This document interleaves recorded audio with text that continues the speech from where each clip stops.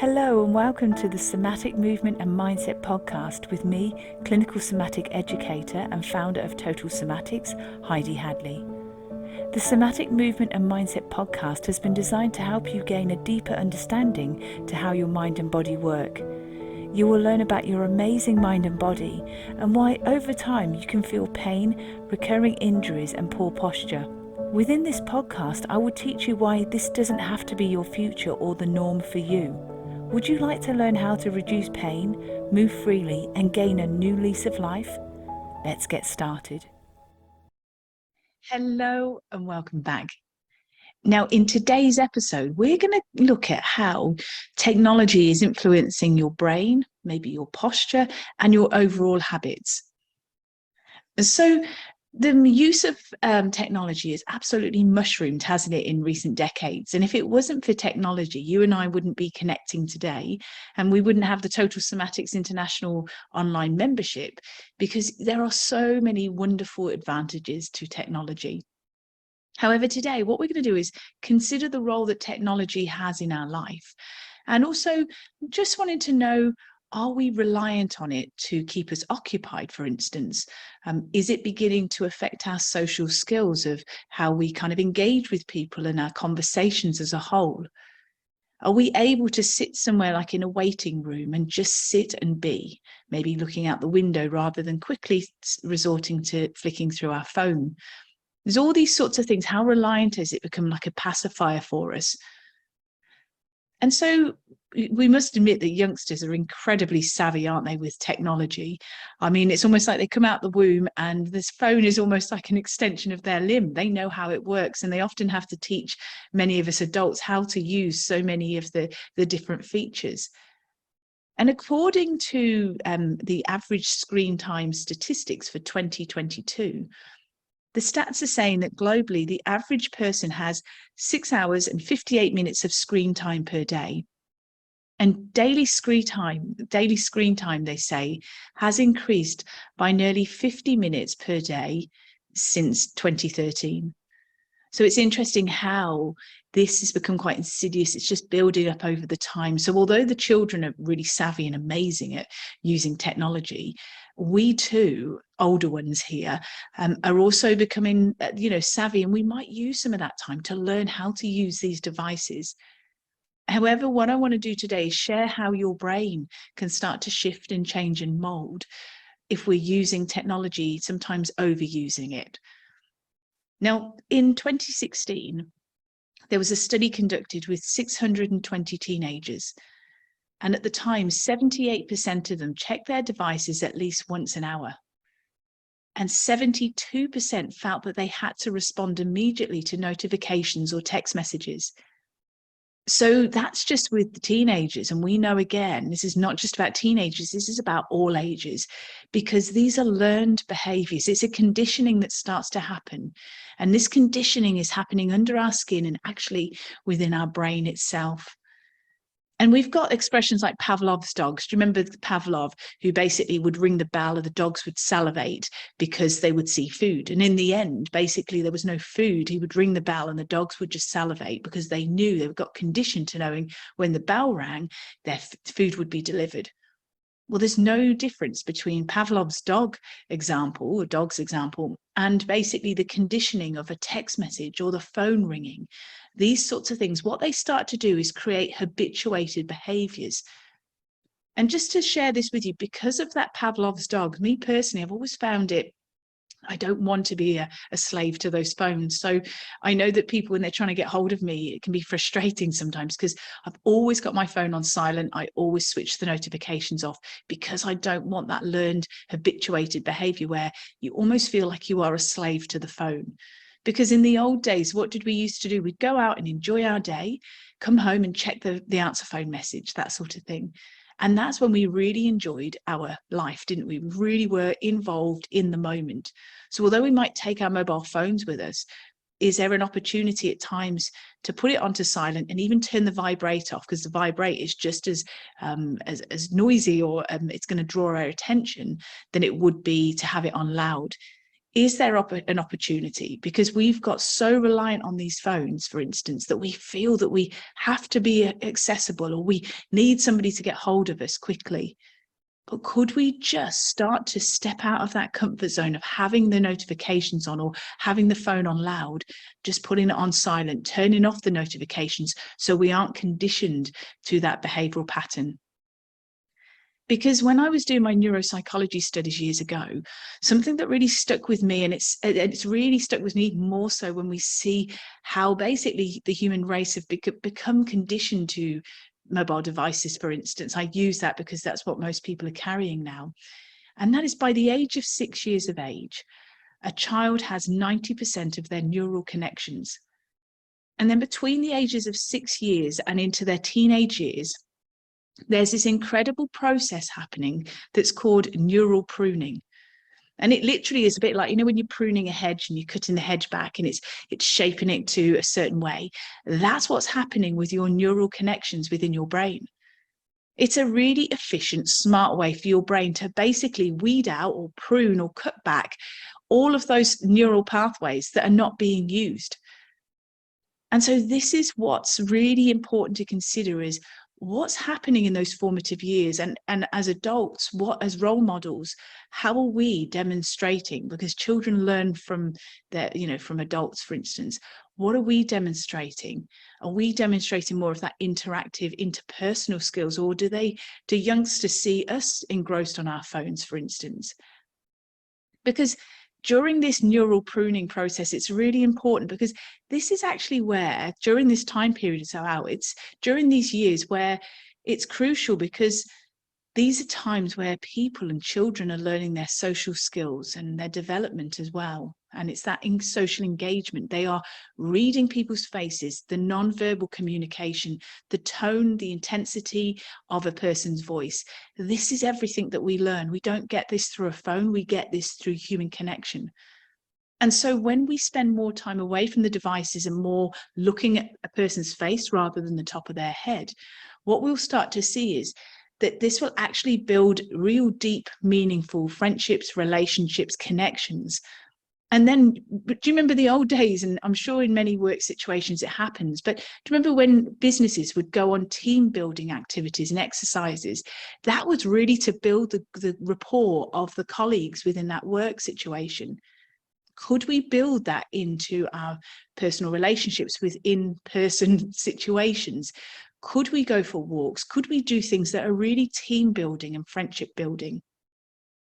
You see, the more that we move away from the technology and we spend more time with people, and to be fair, since the start of 2020, when we had the global pandemic, people became conditioned to doing more online and using their phones much more.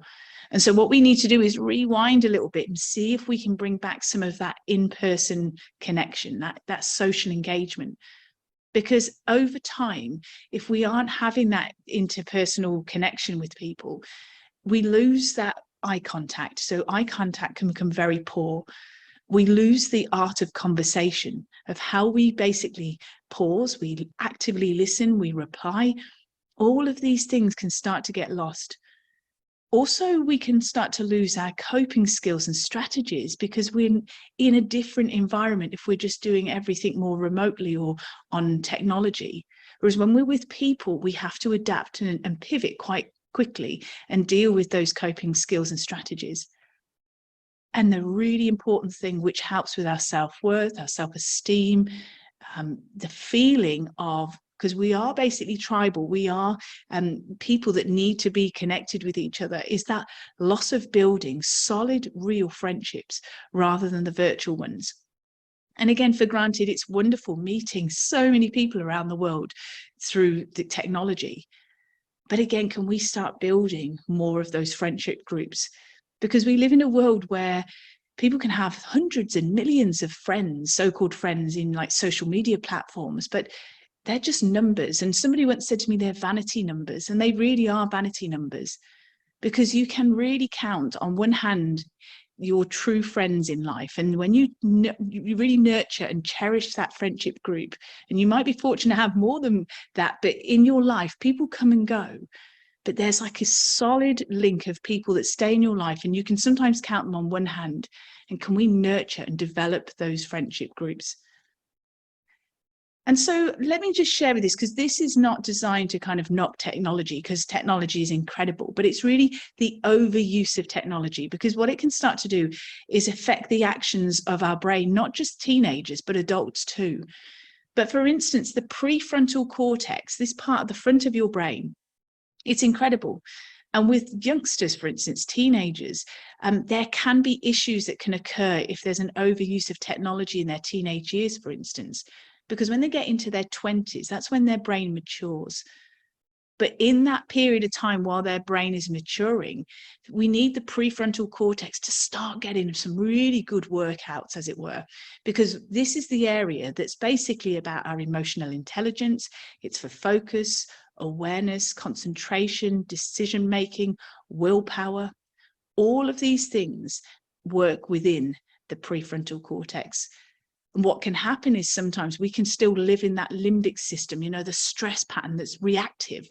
Whereas when we work more in the prefrontal cortex, we are more responsive. And we can see what's happened in society where there's been this overall reactiveness and quite short-tempered, and people will react very quickly to a comment or an opinion nowadays. Whereby if we used more of the higher emotional intelligence area, the prefrontal cortex, instead of the primitive stress patterns and behaviors that happen in the limbic system, we can respond to a situation, we can pause, we can also look and see a bigger picture is involved here. And instead of being drawn into a narrative or a dialogue, which can be quite aggressive or it can be quite confrontational, if we are using our prefrontal cortex, because we've been building on this over the time, we can sometimes diffuse the situation that basically could have turned into fireworks if you'd had two people quite reactive with each other. And so this is where technology has had a huge effect on people's cognitive growth and abilities.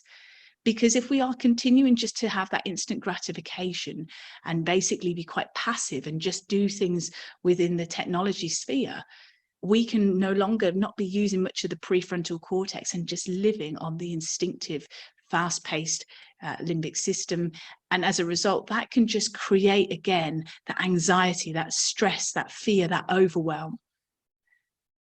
So these are really, when we consider how amazing technology is, we also consider that it is addictive to all ages. And when we consider people might be following social media and they get a like from something they post, or it might be they get a beep on their text message. When these things happen, when they get a stimuli that happens, this is the addictive patterns that can occur, because hormones such as dopamine and serotonin, they surge, and they're really feel good, happy hormones. You think, I like that. I'd like a little bit more of that. And so in order to get that buzz again, what happens in addictive pathways is you spend more time doing something or engross a greater amount of impact into it. And what happens is we become less mindful of our activities and our situation, and we become preoccupied with technology. It's sometimes the first thing that people might pick up in the morning when they wake up, for instance. It might be that they will talk to or look at their phone before they speak to a loved one. These are, again, patterns of addictive behavior that, can we just rein that in? Can the phone be in a different room? Can it be put into a bowl, into another room? And can you be mindful in that moment, in those activities? Because when we are mindful, it's really that power of human connection. It's building those social skills again. And also, if we consider when we are mindful, if we're living in the moment, this is a true embodiment practice where we are moving our body, we're enjoying our surroundings, we are actively listening to the conversation that we have. Our brain is soaking in all this information, reading people's nonverbal cues, gauging if this is a safe environment or not. This is all building on social engagement, social skills. It helps with our building of emotional intelligence and interactive techniques and skills that can serve us well in other situations. And also in Total Somatics, we talk a lot about combining movement, mindset, and mindfulness. And so when we are mindful of where we're spending our time, when we consider our mindset, what do we do to actually decompress? Sometimes people might want to do something on social media. That could be a choice, but could another form of decompress maybe read a book, or maybe listen to something on the radio, or maybe you could go for a walk, or just have a chat with somebody? Could it be something just different to allowing that device or technology just to kind of be a pacifier for us? And again, everyone's different. So some days you might feel that you just need to be on that phone. So that's a personal choice. We all make those personal choices, but it's just putting those ideas out there that true embodiment practice is, if we feel like we need to decompress, are there other things that we could do rather than just reach for the phone? And so that's why in Total Somatics, we really do look at how we are feeling from within. How do we feel emotionally? How is our body faring? How is our posture? Are we finding that technology is influencing our posture? If it is, there are many tools and techniques and skills that I teach within the Total Somatics membership, whereby we can reset your posture to avoid having more of that rounded, shouldered, slumped look, tech neck, all those sorts of things. And also habits. Are our habits serving us well? Do we notice that maybe from overuse of using technology that our breathing has been impacted? Is it from our posture? Is it from the content that we're reading or watching that's starting to change the stress center in our brain, creating an anxiety? Because there are things that we can read and watch that are very catastrophizing. The headlines, the journalists can sometimes really start to create that fear in people, and that can change the state of your nervous system. So are there ways that you can actually become truly and totally somatic, and then notice, how is that showing up in my mindset?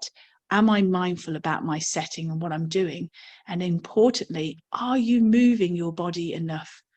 Because remember, when you become stuck and you don't move your body too much, that's going to affect hormones. And when we do move our body, our hormones, like the endorphins, will just flow again. And we'll start to free up a lot of tension and tightness in our muscles. The joints will learn to slide and glide and roll around in the sockets. We really need to bring in more movement, because we live in a life now where we're very sedentary. So when we bring in the movement, when we bring in mindfulness skills, and that could be enjoying a walk, either on your own or with somebody, having a lovely engaged conversation, looking at nature, breathing in the air, feeling the movement of your body, that is just gold. And if you can start bringing a little bit more of that in, and maybe turning off the news, switching off the notifications, what you'll start to do is we can change the pathways in your brain to create healthy, productive new habits. And over the time, micro habits it might be, but little bits at a time, when you look back, you'll think, good grief, I've done a fair bit to actually change the habits that I had initially that weren't serving you well. So is that something you could consider as we now start finishing the end of this year and we start a new year with all these new hopes, goals, and intentions? Because if you'd like to get started today, if you go to totalsomatics.com, click on the shop page, and within the shop page, you'll see that there are workshops, there are also audio classes, there are things that you can start doing today to start to move your body, to shift the state of your nervous system, to change the wiring in your brain, to release the tension and tightness that you feel in your body, improve your posture, increase your mobility. You see, all of this is at your fingertips. And when you learn these skills, you can then take those principles and really enjoy the majority of your time away from those mobile devices. And so go to totalsomatics.com, click on the shop page. You can see all of that there. And if you'd ever like to join me and the beautiful members all around the world, if you also go to totalsomatics.com, click on the Join Now page. And if the membership doors are closed, you can leave your details on the wait list. And the next time the doors open to the membership, you are more than welcome to join. So until next time, all my love and best wishes. Take care. Bye. Thank you for joining me today. If you've enjoyed this episode, please leave a rating and also forward this on to somebody you know will benefit. To learn more about pain relief, plus how to improve your health and well-being, go to totalsomatics.com. Until next time, take care.